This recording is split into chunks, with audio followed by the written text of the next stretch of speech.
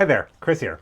It's already time for week 8 of the Dead End Quilt Along I'm hosting along with my friend Pam from Pammy Jane. Now this week we'll be making these sawtooth stars that are in the corners as well as these half square triangle streets. Now this week is going to be a lot of bias seams. We're making flying geese and a lot of half square triangles. So in the instructions it does have you marking the back of all of your squares, and you're just going to draw a line from corner to corner.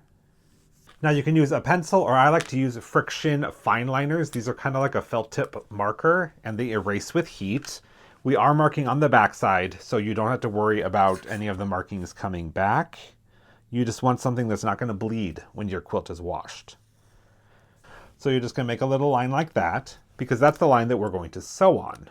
And now for the half square triangles, we're actually going to be sewing a 1/4 inch away from that line on either side and then cutting on that line.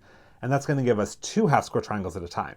But if you don't want to sit marking all of your pieces, I do have a trick for you this week. And it is this. This is called diagonal seam tape. It is made by Cluck Cluck Sew, and you put it on the bed of your machine and it gives you a center line to line up with your needle, and then a line on either side that's a perfect 1/4 inch away.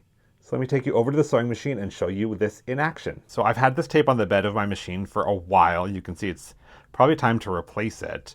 But the center line, you just line up with your needle hole, and then you have a 1/4 inch on each side. So when I'm making flying geese, I have my rectangle and my square, and I just line them up, and then I will take the starting point here. That's where it's going to hit the needle. And then this point here, I'm going to follow the red line. So I've stitched from corner to corner without marking that line first. So now I'm going to trim this, press it open, and then I can add my other side.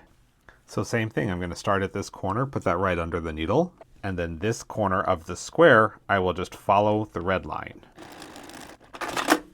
There's our flying geese. Now for the half square triangles, we need to sew a 1/4 inch away from that center line.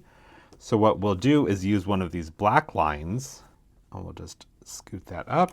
And then this bottom point of the square, I'm going to follow that black line. Flip it around and do the same thing on the other side. And now we'll just cut it down the middle and press it open.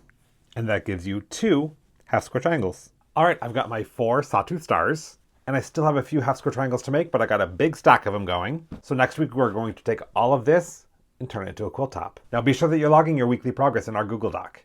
Here's the QR code for that. Next week is the final week of our quilt along, and I can't wait to see everyone's finished quilt tops.